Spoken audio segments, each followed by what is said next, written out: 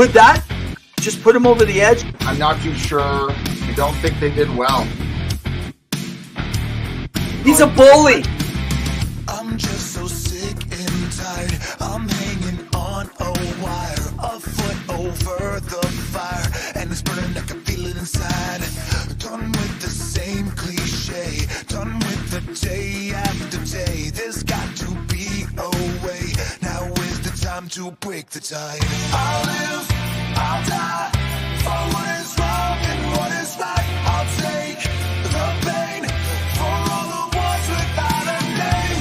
To be invincible, we'll be invincible. They still have a lot of holes to fill. We'll be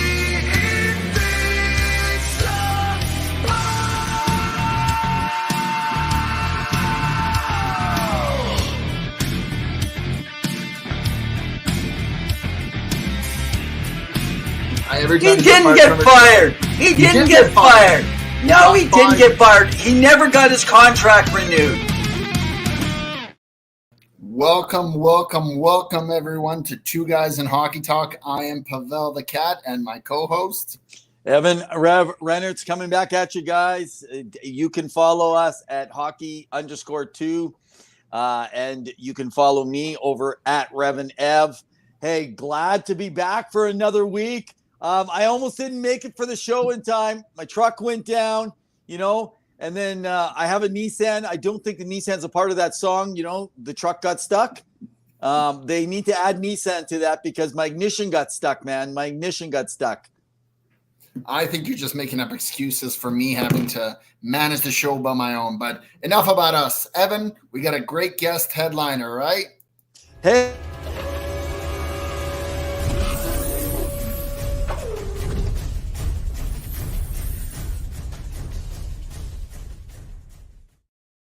Go ahead, Evan. No, so you cut me right off. Hey, we want to welcome Keegan and Bartran.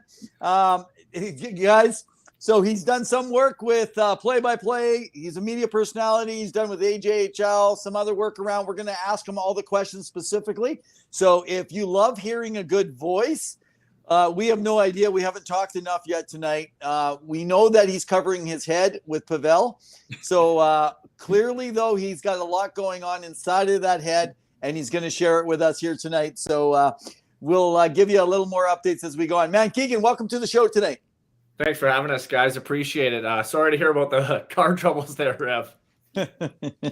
He doesn't need your sympathy. He's fine. He just needs a better vehicle. We're looking for sponsors, or maybe he is, for a better vehicle, I think, for the show. But welcome. We appreciate you being on the show. We have a lot to get into, but first and foremost, we always ask every new guest that comes on the show, where did your love of the game first emerge? Was there a moment in your life that you first fell in love or kind of watched the game of hockey and you're like, I want to be a part of this somehow? I don't know if you can really pinpoint one exact moment where I just fell in love with the game. I think I've always kind of just loved it, right? It's been a part of my life since I can even remember. And I've been on skates since around 3 or 4 and played a lot. And obviously just being in a household that was really sports oriented. Hockey was the primary one. Every night was seemingly watching hockey on TV or just any sort of, we had tickets to Western Hockey League games, season tickets to the Medicine Tigers. So just any chance you could be around the rink and be around the game of hockey. It was never something that was just like, oh, one day I woke up and I was like, wow, I love the game. It's just been always something that I've loved, and it's been a part of my life for as long as I can remember. So not exactly one moment, but I've loved hockey every single day, and I don't think I'll ever not love it. Well, we'll let Evan ask the next question here, but we did do a little digging because you are on Elite Prospects, and I think that as any Canadian kid, it's a claim to fame. So you want to talk a little bit about this and why you're cross-checking and whether or not you even got a penalty for this little maneuver? Well, that's some digging. That's junior B days. I want to say that was my last year. Actually, I was in school, my first year in school in Calgary, and I was commuting back and forth to Medicine to play. And that's actually just off a face-off, just a battle on a face-off. And I think I won it to the side and he turned his body, and I don't know why he turned into me. So I kind of gave him one, no penalty on the play as far as I can remember. But yeah, that's a funny photo that you guys have dug up there. That's a veteran move right there. If you didn't get a penalty off a face-off and you were able to cross-check him a bit, so props to you. Yeah, I'm a little cheeky that way. I think you're good if there's no suspension coming. If you were getting George Peros to be checking this video, if he saw it, he would look and say, "This is a perfect play. There's no interference. There's." You're blocking your man out. That's all you're doing. You're blocking the man. It is always funny how a pitcher, they can say it says 1,000 words, but it can say 1,000 lies too, can't it? Oh, for sure. I mean, that's funny. You're not the first person to ask me if that was a cross-checking penalty. So, no, got away with that one. All right. Well, let's update everybody a little bit here tonight. So just so you guys know, one of so on X, not Twitter. My buddy likes to call it Twitter still. I don't tweet any longer. I post. It's X. You got to get used to it, buddy. Get used to it. It's Twitter on steroids because Elon's got it now. Anyway, I'm just joking. But one of the things so we've connected on X a little bit here and been following some of your stuff, different work you do, working around broadcasting. I want to get into the BCH and AJHL stuff, but before we do that, maybe give us a little bit of your rich history, just in the work and play-by-play and media personality stuff that you got yourself into. And I believe you're freelancing right now. I'm freelancing right now. That's correct. It started, way back when I was just younger and I always wanted to just call playing mini sticks, or I was always the guy as the voice there. But once I got to school, it was a lot of fun. My first year there, Mount Royal had just transitioned to a degree program. So we were the first degree. There were still diploma students finishing, and those second year guys were the voices of the teams and things like that around Mount Royal athletics. So unfortunately, my first year, I wasn't able to get right into it. But my first day at school, I met a guy by the name of Matt Barrett, and he's now the voice of the Swift Current Broncos. First class I was ever in, first hour. Wow. School. And he kind of let me in on the lowdown of what he was doing as the voice of the hockey. And I kind of started asking him if I could shadow. And that's what I wanted to do when I went into year two. And I knew going into year two that the whole 4 years program was going to allow me to be a voice for 3 seasons and not just one. So I did everything I could to get that job. And I got hired as the girls play-by-play for the women's hockey team. The other guy that got hired was the men's. And 2 weeks in, he decided to quit. So selfishly, I was pretty happy about that because I got to take both teams and kind of run with it for 3 years after that. And Mount Royal did awesome. I got to see the programs grow to what they are today. The women won a national championship last year. Wow. It was, they've only been in youth sports. This is year 10. So it's crazy to see how far they've come. The guys team is now ranked second in Canada. It's just crazy. And that was just some good times in my life every day at the rink, on those weekends, covering those teams. And unfortunately, COVID hit and I was going into my last semester and I had to step away. So I knew Mount Royal and Canada West and U Sports wasn't going to play that year. And I ended up coming back to Medicine Hat and ultimately started coaching for 3 seasons. And that kind of transitioned last year a little bit where I wanted to get back into the freelance game, and AJHL and all that stuff came about it too. So, I've done AJ a little bit, not as much this year as last, more Western Hockey League color this year.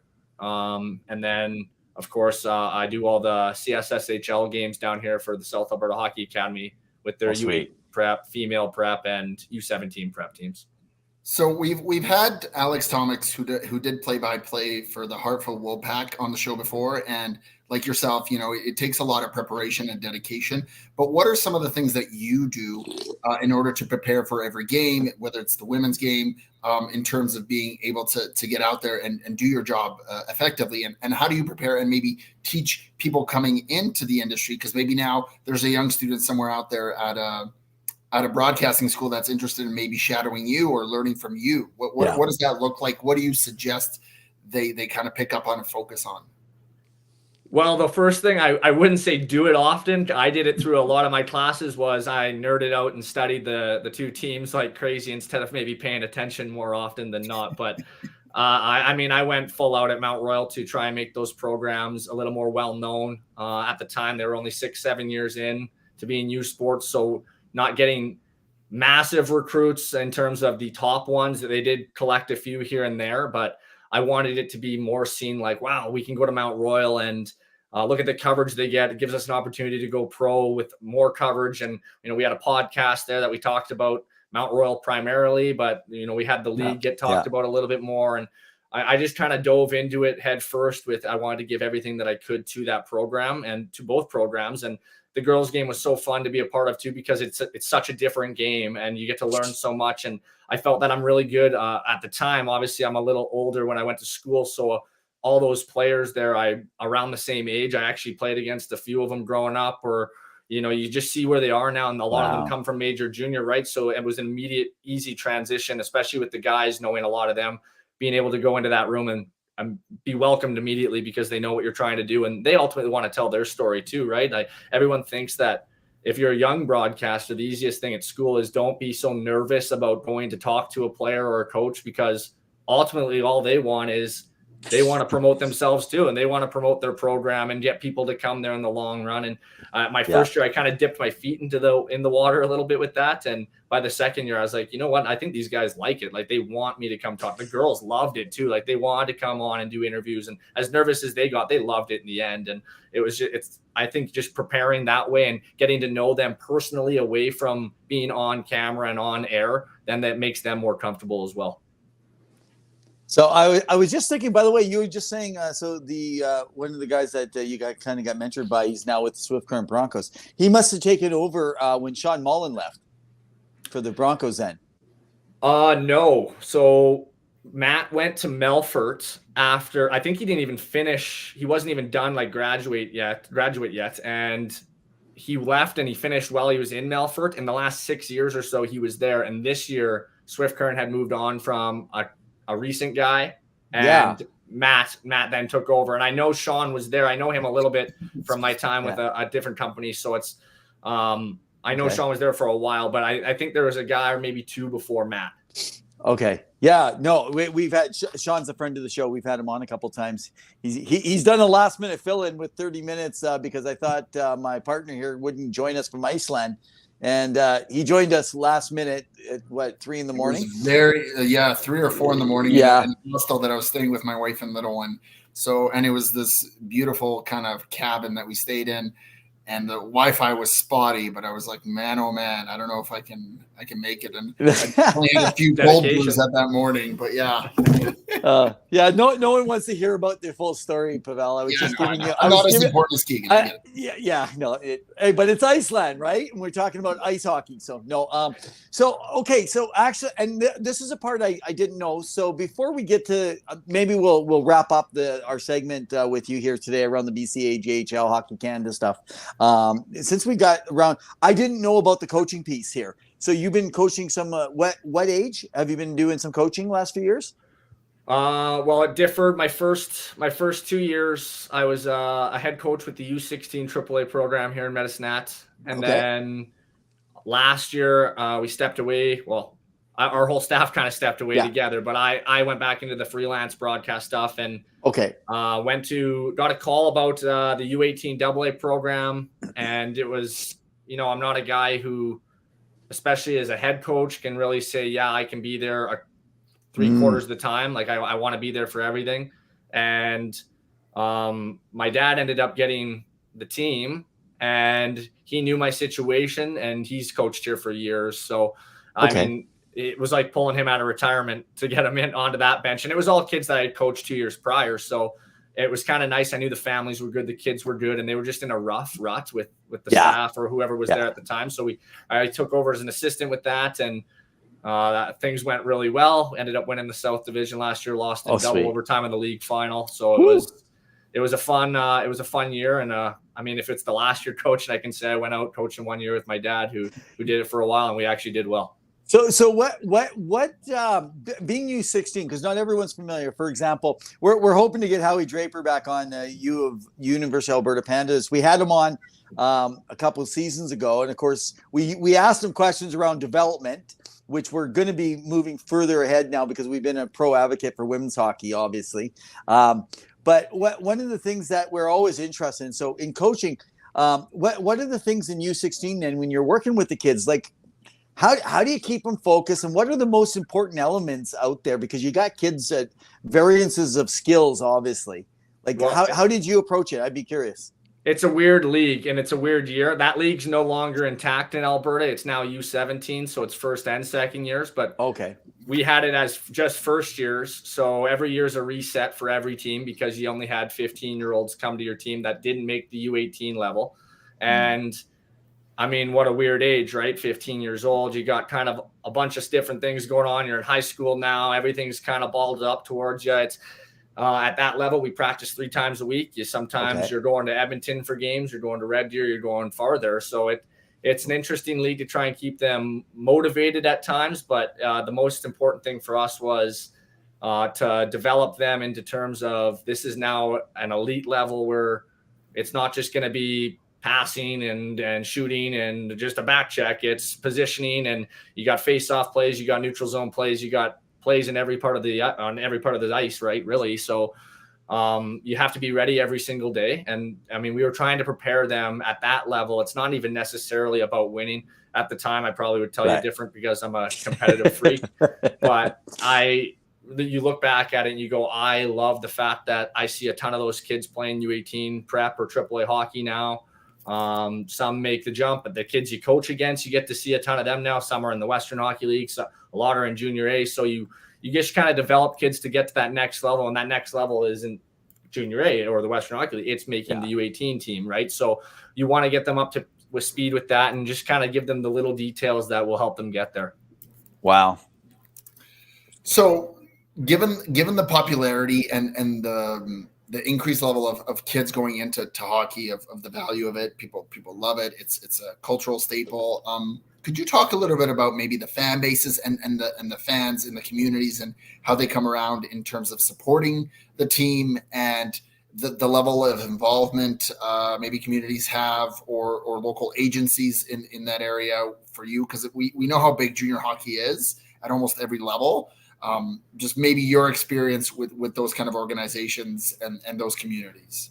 Well, Major Junior's taken a big step this last couple of seasons. I thought while I was in school, it kind of looked like only a few markets were staying red hot and selling out every game. But now I'm even seeing teams like I give the Kamloops Blazers a little bit of credit because last year they went all in to host the Memorial Cup, and this year they knew they were going to be a low balanced team and not have a very competitive team. And they're still almost selling out every game. So that's amazing to see because Major Junior Hockey is so fun to watch. It's been a part of my life forever.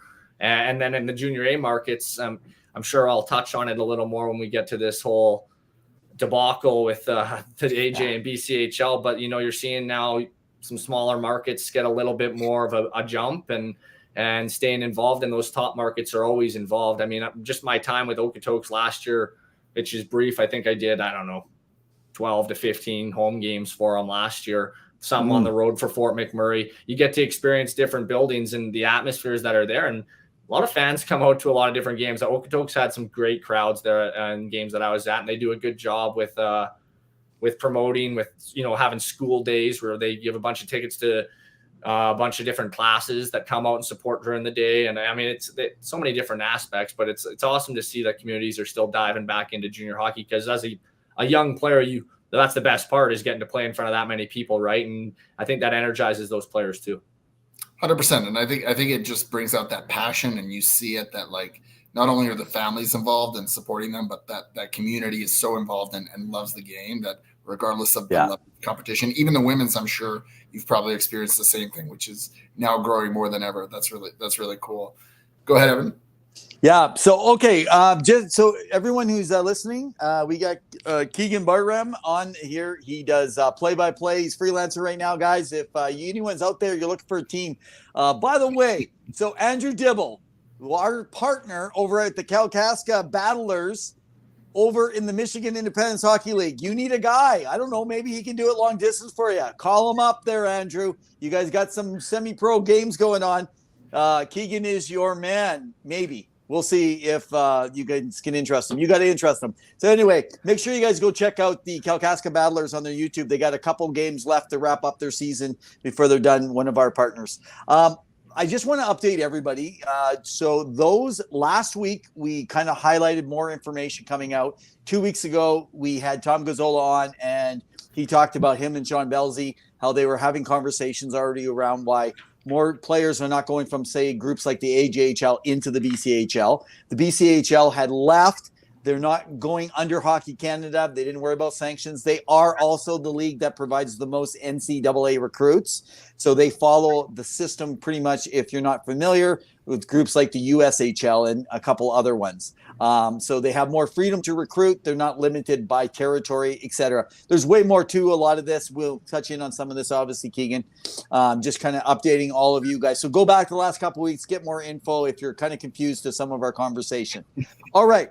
So we have now this week, it comes out that not only did BCHL announce the 5 teams, but then the Saints come out and the ownership, and they're saying, hey, we're still committed to this league throughout the rest of the season. We haven't made any other commitments, basically, is what they start saying.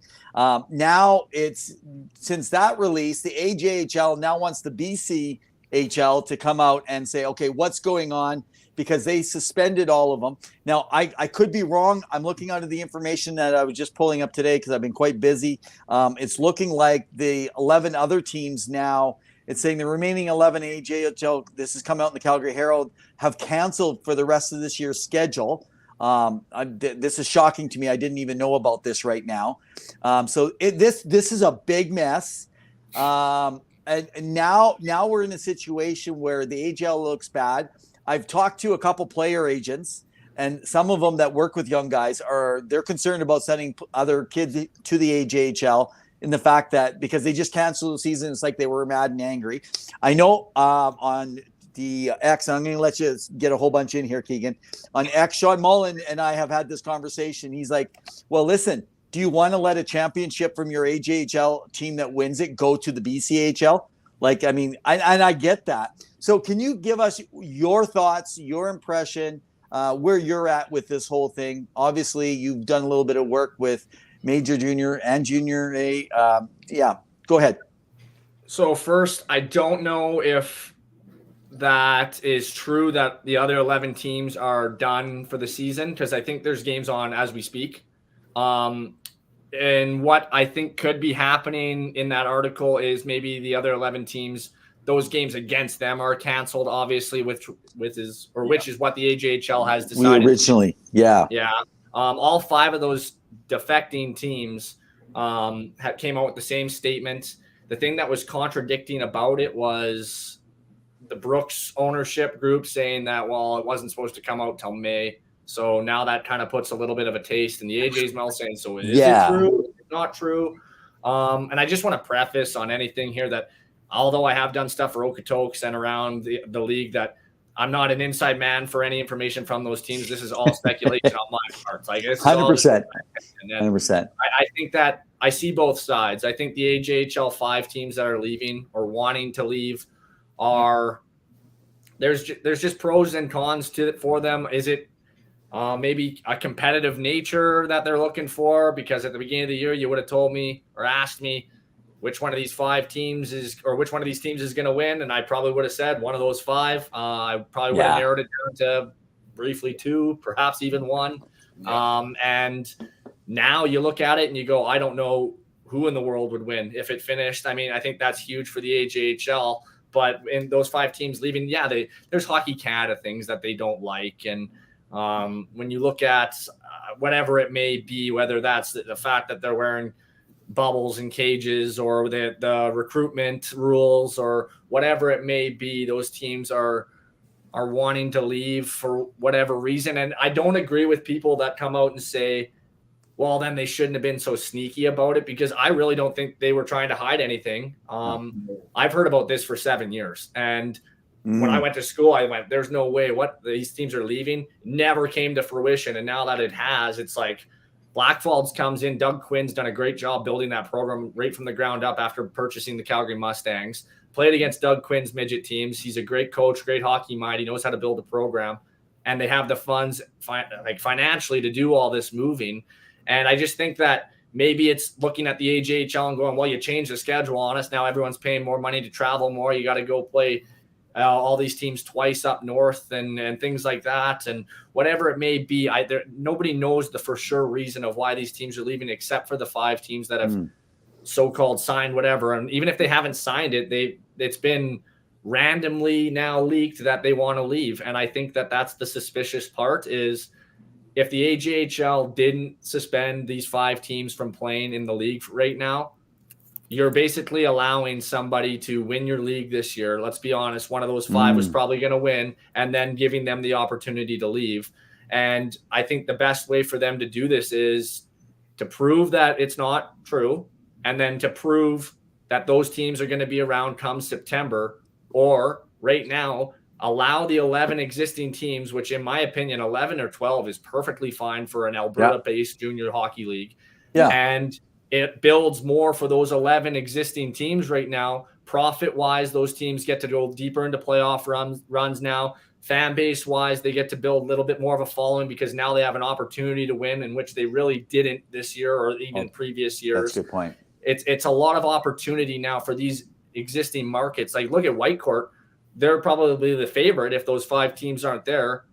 That's huge for that market. The Calgary Canucks never really been relevant in a city with a Western Hockey League team, an NHL team, and an NLL team, a CFL. Like they're the bottom feeder there, and now they're competitive and in a running to potentially win the league. So like that could build some and generate following there and build it better for Calgary. And if you want to add existing junior B teams, I mean, you can. There's probably a couple programs that could make that jump. I think Wainwright's been fantastic the last couple of years running junior B. You look at, might be a little controversial with Okotoks, but the Okotoks Bisons are always good in that Heritage Junior Hockey League. So there's different ways to go about it. But I just really think that it's hard to believe that it's not true when something as random as this is comes from the league itself that they're going to. Like, I just don't think that would just come out from that league for no reason. If they're stirring the pot that much, then I think that's a little bit of a critique on the BCHL.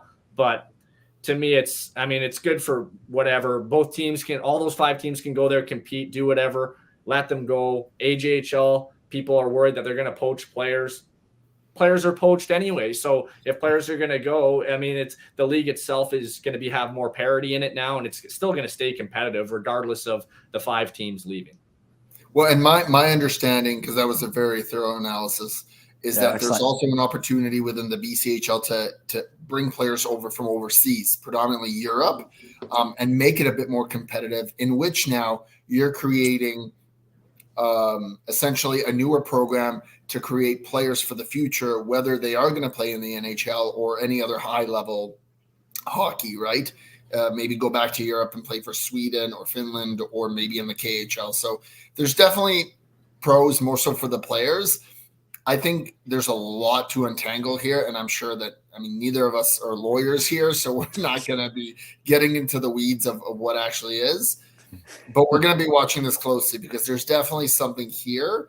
And as you alluded to it, it wasn't like a surprise if people were in the know. It was kind of going to happen sooner or later. Is kind of and that's the thing too. Is I look at people that are blaming the AJHL for the 20-year-olds, the unfortunate 20-year-olds that are losing games right now because of it. But the AJHL, they had to do what they had to do. And the silliest analogy that I came up with was, if you make dinner for someone every single night, you go out, get the supplies, you work hard to make that dinner and feed them. And then you get a text randomly one day and it says, hey, enjoy it, because in a month they're going to be coming to my house for dinner. Are you going to still make them dinner for the next month, or are you going to try and get to the bottom of it before working that hard and feeding them? So I really wonder if that's what the AJHL is doing. They're doing the right thing. And if people aren't okay with it, I don't think you should be blaming the league that is trying to save itself a little bit and save it's behind, because I think you got to think of the organizations that let this come out. I think the playing the devil's advocate here, because I know this is where Sean Mullen and I have been back and forth, is the devil's advocate is you need to promote your league. You're going to be actually losing. Let's just say these 5 teams are gone. It is as rumored. Everything's going to happen. There could be even more. Who knows what happens from this? Not just the Alberta. There could be Saskatchewan. It could be Manitoba. I mean, I doubt it. There's talk also in the States. However, here's the issue. If you're a player, because you're not the one that's done anything, it's ownership trying to go for the money, trying to go for the notoriety, trying to get the sponsors. If you're a player and you're now in a position where you're trying to get yourself ready for NCAA, or you're trying to get looked at, depending on your age, you now miss out on being able to showcase yourself. And I get it, it's your team's fault. But because the AJL has looked at that, this is what I'm being told. And I've talked to 2 players' agents. So one has 2 people and one has 1 person that's actually on one of those teams. And what I'm getting is they're saying, our concern is the players are saying, why are we being penalized? This has nothing to do with us. But they don't want to jump ship because next year they have a good opportunity, but they're still going to miss some development this year. So I guess that's the balance here, because just because ownership's doing something. So it almost looks like, I'm going to take my ball and I'm going home. That's what it looks like. Yeah, that's a good point. And I mean, if you are those players, it's tough right now because the AJHL let those 5 teams continue to play each other. With the scheduling, though, Spruce Grove had no more games against those teams, which is really difficult. But what I wondered was maybe those 5 teams were just going to figure it out and play it out anyway against each other, even if it's exhibition, whatever, continue to play. But then you look at, I think it was tonight, Brooks and Sherwood Park had a game canceled. So I start to wonder, maybe are they pushing back now, saying, well, if you're not going to let us play anyone else, then what are we doing here? And maybe it's just going to come all the way out that it is true. Maybe it's not. Again, it's all speculation. And it's pretty crazy because people want to tell me that, well, they're bored. They're bored of competing in this league and winning it. Believe me, junior A players that age, coaching staffs, GMs, nobody gets tired of winning. They don't care if they win it 30 times in a row. That's a good point. So I think that they're not seeking better competition necessarily. They're just, for whatever their reasons may be, they're looking at an opportunity that, hey, all 5 of us are going to be in a division, play each other. Cranbrook joins it. Travel might be a little more hectic. It is what it is. But this is an opportunity to, yes, bring 2 European-style players over here, bring American players to our organizations. That builds up maybe some more for our fan bases to see some up-and-coming players. So, I mean, there's so many different ways to look at it. And I definitely see both sides. I don't agree with people that are saying that the AJHL is about to fold because of this. Right. No, absolutely not. This league can run on 11, 12 teams. And like I said earlier, those 11, 12 markets can really grow from this too. Yeah.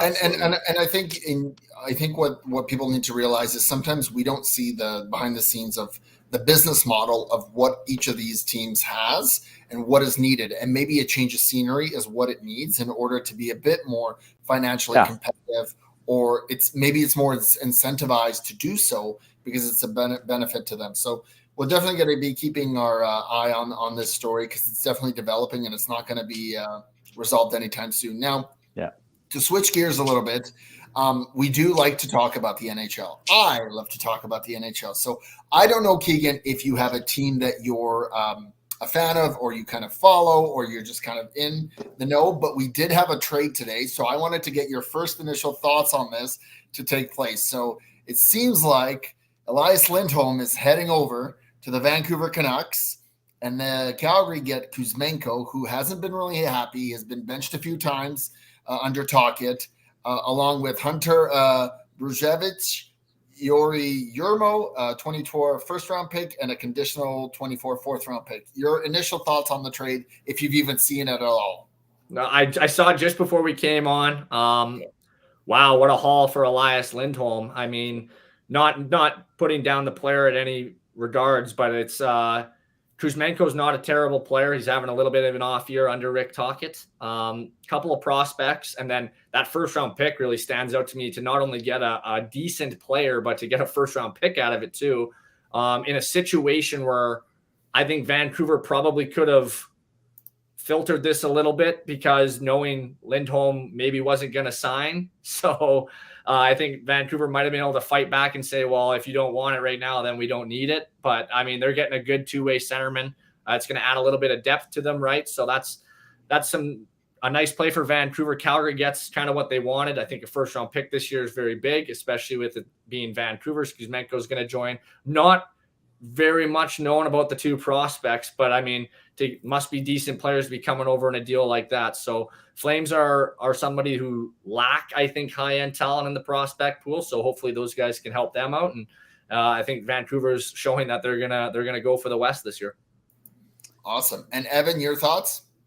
Yeah, no, interesting. Man, I've been busy today because I didn't actually catch that at all. I think everyone's needs to recognize here that it's been a tough year for Kuzmenko, and part of that I think had to do with the coaching change when it came in. He was already, when you have momentum, but what I think people are forgetting is he was rivaling Pavel Bure's numbers as a rookie. Again, this has nothing to do with the line, but everyone was raving and ranting and everything about this. He is not all of a sudden a different player. We're not talking about a player dropping off the center of the earth here. He's still sitting here this year at 21 points in 43 games, and he's not even been close to the player he was last year.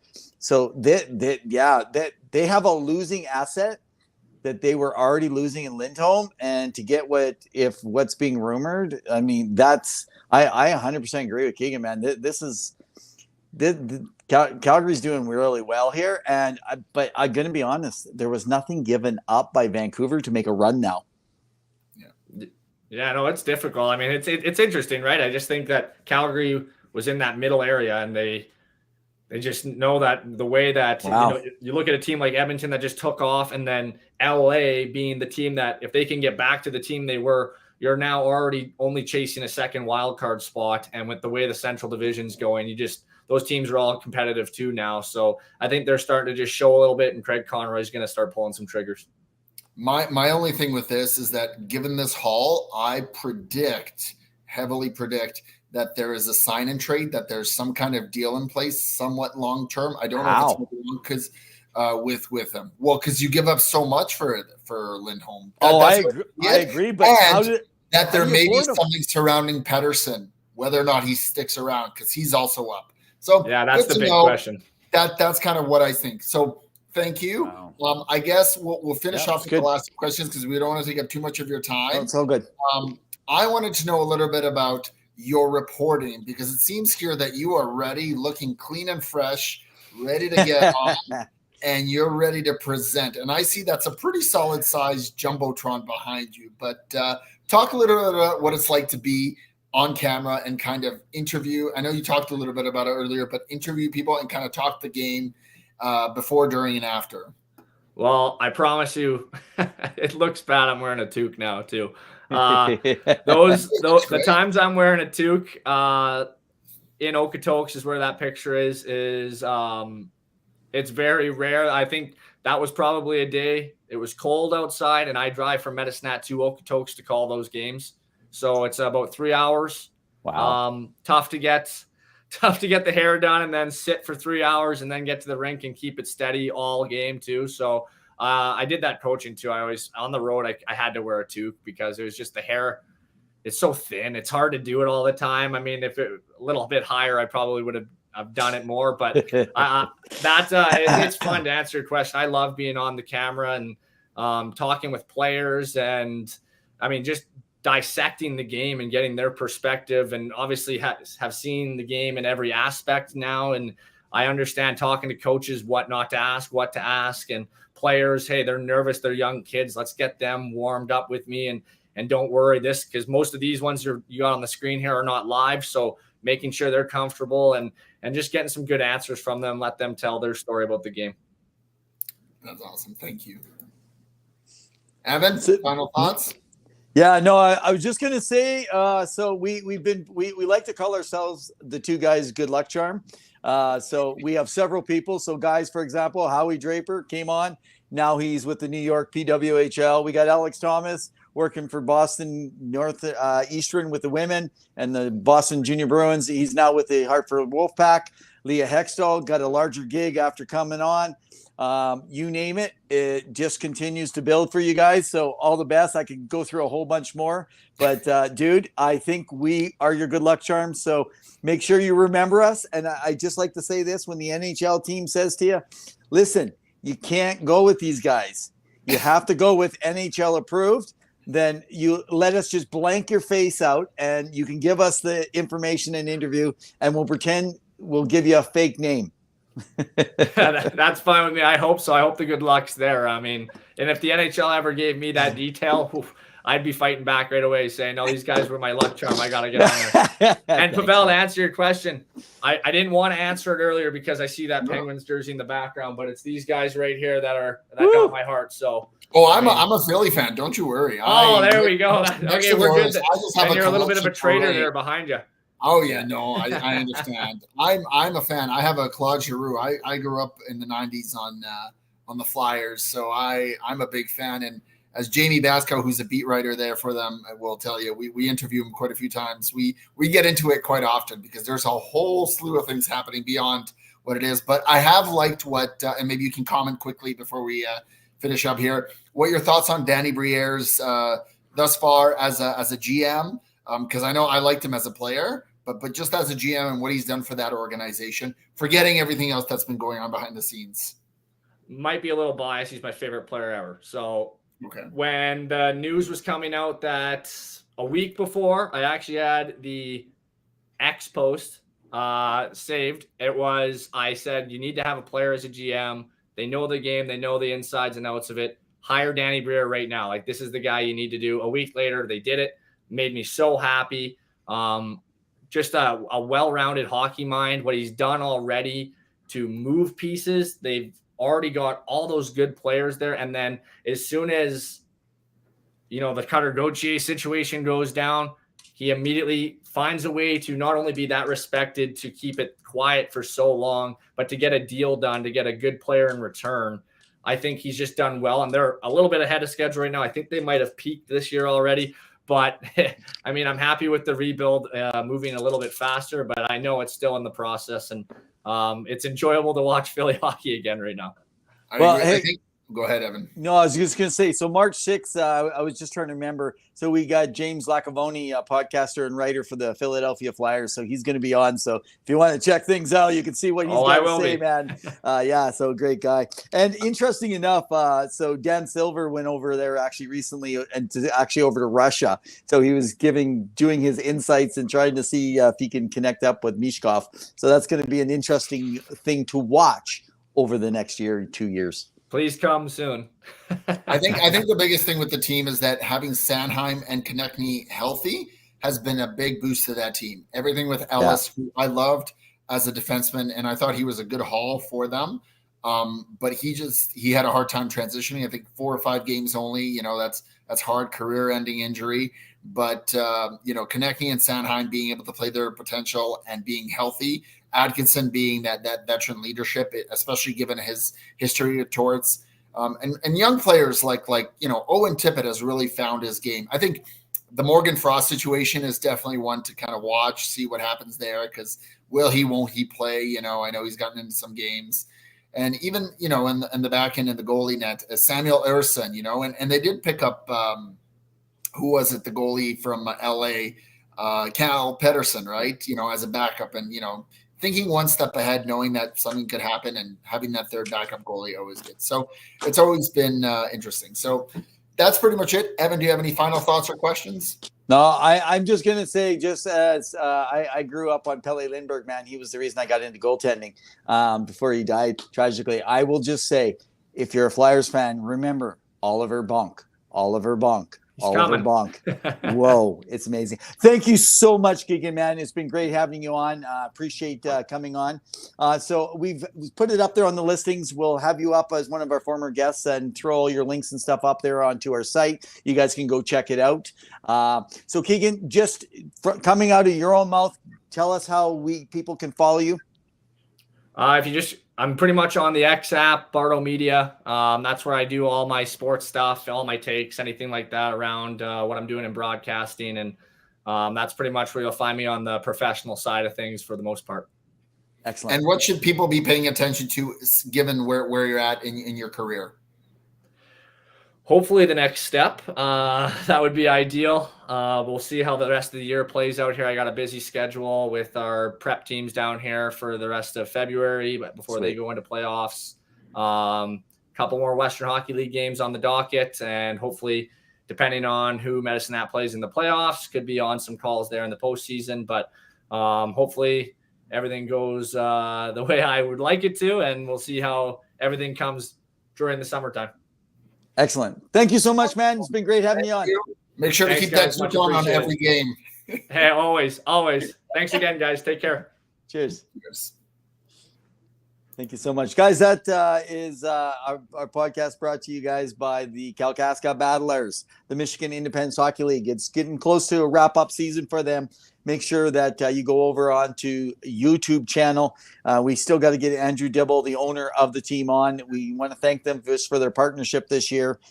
So if you're checking out semi-pro hockey, these guys are making a go of it.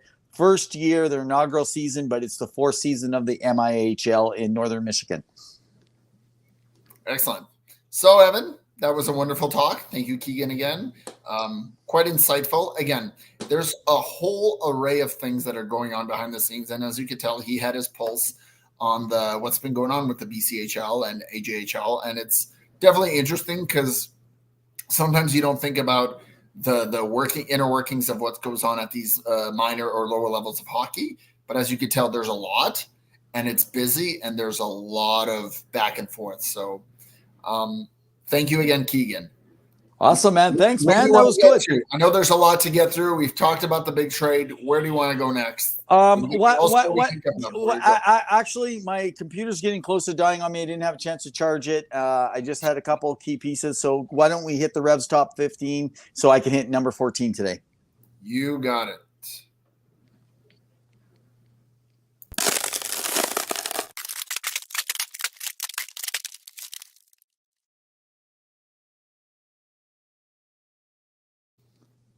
Hey guys, as promised last week, I didn't cover on number 14 on my Revs top 15. So number 14 this week that I have put into place. A while back, starting the season, if I was giving you the number, he wouldn't have been sitting there. He would have been sitting probably back at 17, maybe as low as 19, but is Liam Greentree. So Liam Greentree, I have at 14. He is not a WHL guy. Jordan. He is an OHL guy. He's an OHL guy, but he is with the Windsor Spitfires. He stands at 6'2". He is 210 pounds.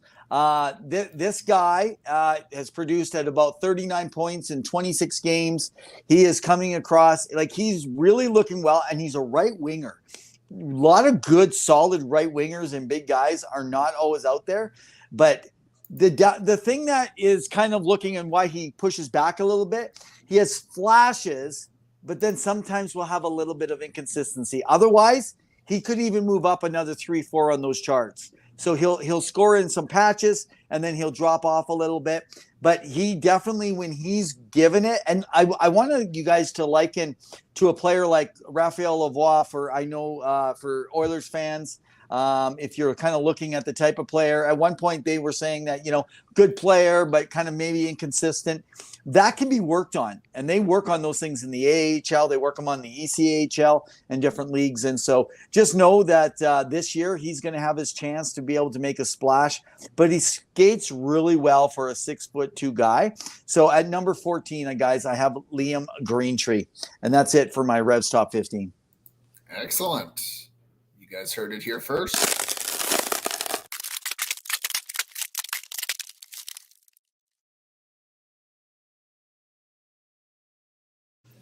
All right, Evan, we're in the final minutes. We're not going to take up too much time. It's been quite a quiet week, minus what we kind of chatted about.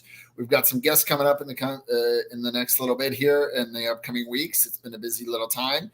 We are getting through January, which has been a very long and crazy for all of us. But remember that every Wednesday we are here at 7 p.m. Mountain Standard Time. We have a website. Go check it out at Two Guys in Hockey Talk. We got weekly blogs going up there. Different writers coming in, writing, both myself and Evan, amongst others. You can follow Evan at REVNEV on Twitter /X or me at hockey_2. We've got a lot of great information on there. Make sure you go give it a look.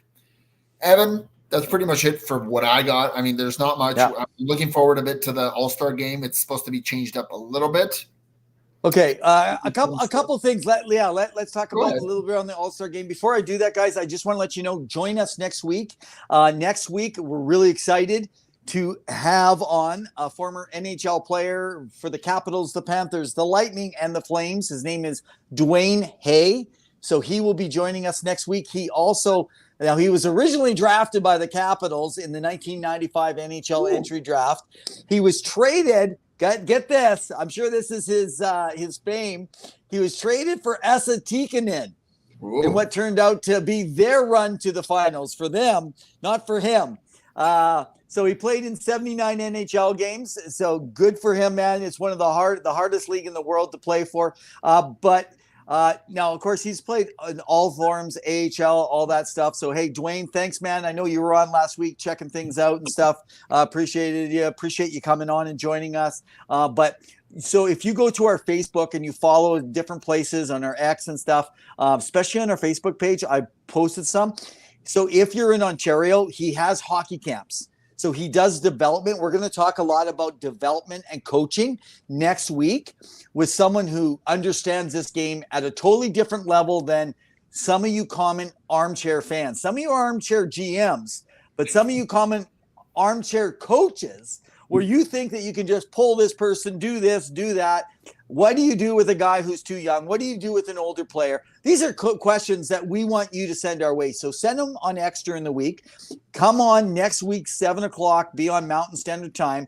Dwayne's coming on, and Dwayne Hay will be able to answer all those questions outside of, hopefully he has a story or two, and maybe we'll talk about that. I wonder if he actually got to talk to Esa Tikkanen after being traded for him at some point in time. I'm not sure around it. So, but yeah, he's played in several. He's even played for the old Bentley Generals, man, of the Chinook Hockey League in Alberta too. So he's got a lot of stuff going on. Okay, let's hit in on right now. So I had to put a plug in there for you, Dwayne. So let's hit in on the All-Star game. You know, now correct me. Did you not say that the NHL All-Star game, don't get all worked up about it. It's not a big deal. It's for kids. Did you not say that? I did. Okay. Now, if my memory serves me right, a lot of you are upset on all the social media platforms, all the hockey boards, and you're complaining about the jerseys during the NHL All-Star game. Like they're the most hideous ever. They look like a cereal box. Now, I want to go back to my question earlier. Did you not say that it's all about the kids' game? Why the heck are they worried about? What's the correlation? It's a cereal box, man. So you're worried that a jersey looks like a cereal box. Kids eat cereal. It's a kid's game. It's for kids. Who the heck cares about nice-looking uniforms? You're playing 3-on-3. You don't play. It should have been a rant. Well, but I laugh. Yeah. I laugh. This is not a big deal. Who cares what the jerseys look like? It's already a joke what goes on. They already kind of, hey, look at me. I'm wearing a dress now. And look at me. I'm wearing a baseball hat. And I'm going to score a goal. Pretend I'm on a breakaway. Give them the jersey that goes with it. You're acting like a bunch of clowns. You might as well dress like a bunch of clowns. That's my thought on the All-Star game. So my understanding is that this was a company that Justin Bieber owns. That he designed it because it is in Toronto and the kid is from that area. Geez. So, of course, that's funny. That's one of the reasons why. And if you look at the photos of like the promo photos, they don't look that bad. I'm sure people will disagree. I think like they're not the best, but when you look at them like on ice, they don't look the best. And the thing, Evan, I will say is that even if it is for kids, let's do something unique. Why is it that I've seen such cool unique jerseys for other things like the third alternate jersey that they create every year? There's some really cool unique ones. You know, I've got the Minnesota Wild one that's like white yellow. There's some really cool ones that you can design, and yet they always seem to go. And this is also maybe a rant for another night for the Stadium Series jerseys. They're so bland. Like, I understand. I loved them. They were awesome. I think they need to just do something unique and cool. You're not going to make everybody happy. I get it. But sometimes they hit it out of the park and they look solid, and sometimes they don't. And I get it. Yeah. Looking on the body versus on the ice is completely different. But that's fair. I'm not a fan. For example, I really liked in the outdoor game this year, the Seattle jerseys. I did not like the Vegas jerseys with the V. Wasn't a fan. Oh, and I loved them. If I'm a connoisseur of purchasing jerseys, which I am, I want to purchase ones that are good and quality and that look cool. I don't want to buy one that looks kind of meh. And that's the whole point. If you want to earn money, Evan, and the NHL does, that's their bottom line. Yeah. No pun intended, is that they should create content that looks great. But again, it is what it is.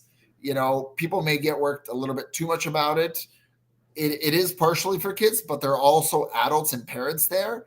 And they're the ones paying the big bucks to attend. So clearly they need to make a little bit of an effort, right? That being said, we'll see how it goes. The event hopefully is a little bit better than it was last year, which wasn't a big success. And then I'm looking forward to the NHL resuming, because we're going to get closer and closer to the playoff and the trade deadline.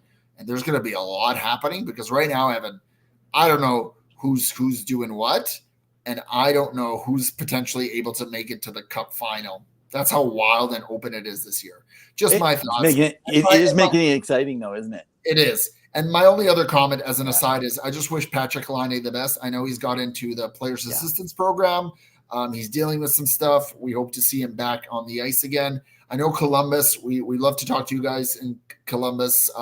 What's going on? Fantilli's now out for 8 weeks. The team has struggled. And I hear rumblings, and you guys can quote me if it's going to happen, is that Jarmo Kukalainen's job could be on the line. I don't know if it'll happen soon, but it could be closer than you think. It's just what I'm going to say. So I would say that from just pure speculation, that they need to get as low as they can in the standings in the draft one last year if you've already blown your year. And so he doesn't get released. Competitive, Evan. This is not acceptable.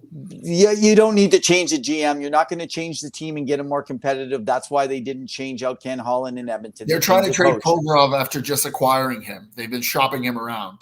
Yeah, well, that's because you're dealing with the GM issue. I'm sure that the president's going to come in and he's going to actually deal with that. Or is Kukalainen, is he also the president? I haven't double checked. No, I think it's somebody else, but I think Jarmo Kukalainen is just the GM. So and maybe they're going to freeze his hands here at some point if they're going to do it. But I could see them holding off. You don't want to waste that opportunity, right? And so here's the thing: if you want a boost, you look at a coach. So I'd like to switch that over. They just had a coaching change. They didn't just have it; they had it at the beginning of the year. How many people go through? Yeah, and it wasn't really a coaching change. It was a default. Unfortunately, he got put in he was not even prepared. He didn't prepare the team himself. It was an unfair situation, and the team has been dealing with the repercussions of it all season and dealing with injury. Dealing with coaches go through that locker room. I think it's now on the GM. I'm not disagreeing with you. I'm saying they don't change a GM. Every pundit will tell you that's in the know. You do not change a GM to get a team better in the middle of the season. That doesn't help you. So you do it because you're trying to set up for next year, and you don't want the current guy and the current regime making changes, especially at the trade deadline, if you know that you could potentially get worse, or you're trading away a piece that maybe you don't want to trade away. So maybe I get 4 more wins out of making a change. Okay, I'm going for it, and instead I get Carter Yakmanchuk instead of Demidov. Are you serious? There's no way as an ownership I'm going to let it figure its way out. I'm going to just let him take the loss. I'm talking about the prospects that are in the organization right now. Do you want that GM trading somebody? You saw what Peter Chiarelli did with Koskinen, and it hamstrung the Oilers. No, you can go in and you can lock their hands. You can lock their hands. Yeah. What do you mean? No, you can't. Absolutely. Like you are. They didn't do it to Chiarelli. It does. You're listen, not everybody is the Edmonton Oilers. And I don't think you know a single thing about hockey if you think that the GMs cannot be handcuffed. Like, come on. think about it. Why Some did can, things... some can't. Some can and some can't. It depends Yeah, on the organization. Okay, but you just said that they don't. So I don't know. I think you're having a hard time I'm making up your saying mind. that they're not always handcuffed, and sometimes they do what they believe is best. And I'm saying, So, if you're management and ownership, and you look at this Columbus team and you say, "Hey, do we really want to be trading maybe a Provorov, maybe one of our younger guys, maybe a Kent Johnson who's been out there? Do we want to trade this now, or do we get rid of the GM and let him continue to maybe sink the team just because we can get a potentially top 10 draft pick again?" Which you'll still get no matter what, because it's not about the wins. It's about what are you doing in the offseason to be competitive next year. I look at Ottawa as the same way. They're doing the exact same thing in Ottawa. They're looking for a veteran with experience. You have new ownership. You have a new coach, Jacques Martin, and he's called it out. They've struggled. They're not doing so well, and they want to be competitive next year. What are you doing to change that? And that's what I say. And they fired. Who did they fire, Evan, in the season? Who did they fire? Who was the GM there at the beginning of the year? Pierre Dorian. Yeah. About Ottawa. Why did they fire Pierre Dorian? You think this is the same thing as that you're talking about in Columbus? No, you're talking end of year. You fired your GM at the beginning of the year. You don't know what you're talking about, but that's okay. Okay, so I just want to throw this out there. My last thought, guys, of the night, while we do a wrap here, is start watching closely for Jay Woodcroft to land a job in the East. Okay. I'll go with that tonight. Okay. All right. Wait for us, guys. Thank you so much for tuning in again to listening to our rant back and forth. We are here every Wednesday night at 7 p.m. Mountain Standard Time. We are on Facebook. We are on YouTube. We are on Twitter/X, as my partner likes to say. He can be followed at Rev and Ev, and I can be followed at Hockey_2. We are on YouTube. Give us a follow, like, share, subscribe. We appreciate it. Shout out to the Sports Empire for all their hard work and everything they do. All sports related. NBA, MLB, Super Bowl coming out. Should be exciting this weekend. And any final thoughts, Evan? No, man. I just, as we go out, guys, you're going to hear a song also by another one of our partners. We haven't got a chance to mention them tonight. Penny Billionaires, electronic hard rock fuse band. So their song Invincible that we've been given the rights to. In exchange for that, we ask that you go check out the rest of their music. They got some fabulous and great stuff. So next week, join us 7 p.m. Mountain Standard Time live, as we have former NHLer, ECHLer, AHLer coach, development coach. The guy has done tons of stuff between playing and coaching and development, and we are going to rack his brain and pick it apart. He's gonna be dead tired by the time we're done our half-hour segment with him. So Dwayne Hay joining us next week. Again, Dwayne, thanks for coming on, and we will catch you next week. So, as we say every week, in the famous words of the loved Ed Whalen, it's been another ring-a-ding-dong dandy, but in the meantime and in between time, keep your sticks on the ice. Stay safe. Thank you. And thank you, Keegan, for coming on. Cheers. Awesome. Thanks, Keegan.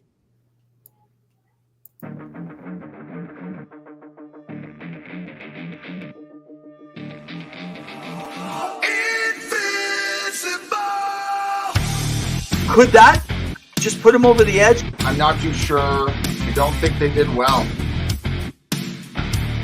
He's a bully.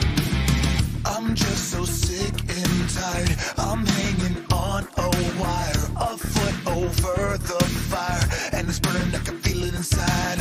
Done with the same cliche. Done with the day after day. There's got to be a way. Now is the time to break the tide. I'll live, I'll die for what is wrong and what is right. I'll take the pain for all the ones without a name. To be invincible, we'll be invincible. They still have a lot of holes to fill.